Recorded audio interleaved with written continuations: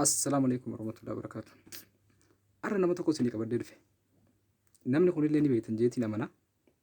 تبتوني ديكرتوني خبا ملا هند خسنوني بيت جيتي أنا. فيديو تقول أنا نوجه على يروتك. نمني خلي لين برنيا مانشستر يونايتد على خسارة أونانا جانين. خنافو يساوجين شو مترتي قالي. ويا قالت ساريا في مانشستر يونايتد تبتن غير تركي توجين. Onaan naasuudhaan bishaan tara meeqa akka dhuge na hojii zaabame isinummaan na laala. Hin kofin agaruu asirratti dhorkaadha kofluun. Takka lama sadii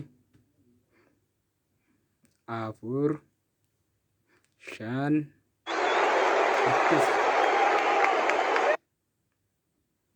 na agartan jeetiin hubadha.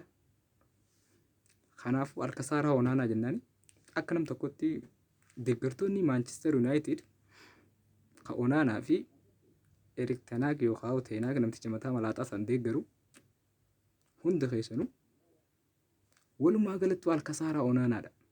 Egaa Onaanaan Manchester United dhufee David De Gea Manchester United irraa deeme Manchester United takka gammachuun mooteen beeytu jechuu dandeenya. Kanaafuu akka deeggaraa Manchester United tokkotti jijjiiramuu qaba Onaanaa fi Ten Hag down akkana isin jaa kanarraa jettan uummata dhufte ashirfaa kun tara meeqatti naqe mee viidiyoo sana isin garsiisa dhufu daawwadhaa.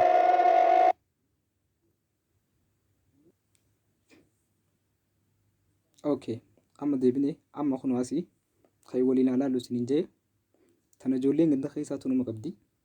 Kubbaatan waliin daawwadha. Akka ijoolleen ganda keessattuu gangalannetti gangalate Onaanaan ijoolleen Itoophiyaa keessatti biyya keessatti taphattu kubbaatan Awurooppaa keessattuu numa qabdi jechuudha. Waliin daawwannu kubbaatan.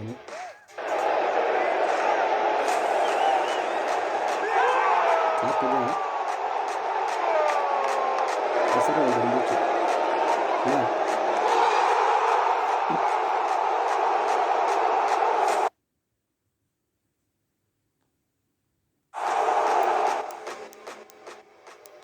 Kubbaa kana ilaala. Ijoolleen safara keessatti taphattu ni qabdi turte. Okay, kubbaa lammataa tana ilaaluu qabdanii. Ta lammataa tana akka malee garaa naa nyaatte. Alkasaaraa Onaanaa gisee jallaalme bilaashii miti jechuudha. Kasaaraan inni Manchester irra fide hangana hangas hin jaamtu uummata qashti. Mee isinuu maal jettan? Goolii tana irra deebisee laala milikii laala mee. Laala turkush laala. Alkasaaraa Onaanaa kanaaf jaanii. Uummata qashti laalamee kubbaatan oh my god alkasaaraa Onaanaa. Kanaafuu deeggartoonni Manchester United hundinuu Ten Hagii fi Onaanaaf irraa jijjiiraa achi booda bilisa baasan santaanaa alkasaaraa Onaanaa hanganaan isin jaa galatoomaa uummata qashti.